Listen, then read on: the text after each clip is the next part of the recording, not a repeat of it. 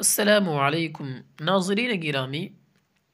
ایک شخص نے کسی بزرگ سے کہا، اے بزرگ، جب میں نے زوجہ کا انتخاب کیا یعنی میری شادی ہونے لگی، اس وقت وہ مجھے اتنی خوبصورت لگتی تھی جیسے خدا نے اس سے زیادہ حسین و جمیل کسی اور کو بنایا ہی نہیں ہے۔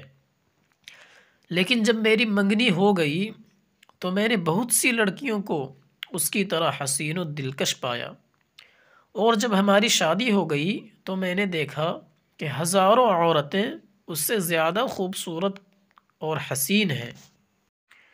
شادی کے چند سال بعد مجھے اپنی بیوی سے زیادہ دوسری خواتین بہتر لگنے لگی۔ بزرگ نے فرمایا، کیا ان تمام باتوں سے زیادہ تلخ اور ناگوار بات بتاؤں؟ مرد نے کہا، جی بتائیں۔ بزرگ نے کہا، انسان دنیا کی تمام عورتوں سے شادی کے بعد بھی یہی احساس کرے گا کہ اس کے محلے کی حفاظت کرنے والے کتے بھی اس کے تمام بیویوں سے زیادہ خوبصورت ہیں۔ مرد ہنستے ہوئے بولا، آپ ایسا کیوں فرما رہے ہیں؟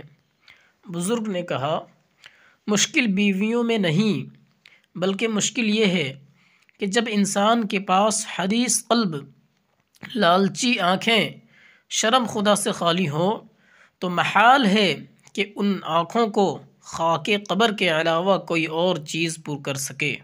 بزرگ نے کہا، کیا تمہیں وہ طریقہ بتاؤں جس سے تمہاری بیوی دوبارہ سب خواتین سے زیادہ خوبصورت نظر آنے لگے؟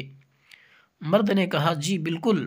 بزرگ نے کہا، جاؤ اور اپنی آنکھوں کی حفاظت کرو۔ قرآن کریم میں اللہ رب العزت نے تاکید کے ساتھ یہ ارشاد فرمایا، قُل لِّلْمُؤْمِنِينَ يَغُضُّوا مِنْ أَبْصَارِهِمْ وَيَحْفَظُوا فُرُوجَهُمْ، اور ارشاد گرامی ہے، قال رسول اللہ صلی اللہ علیہ وسلم، لعن اللہ الناظر والمنظور الیہ، او کما قال علیہ الصلاۃ والسلام۔